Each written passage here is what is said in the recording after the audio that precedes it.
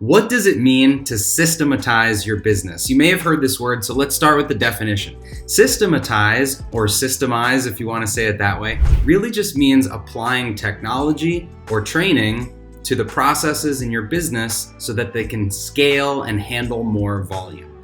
Now think about your business like a big factory. And if you wanted to produce products, widgets out of that factory, you need a system that can support the volume that you want to produce. And so you've got a way that you do what you do inside your business, and applying a system to those processes means either setting up technology, software or hardware, or training people to repeatably make that product or deliver that service.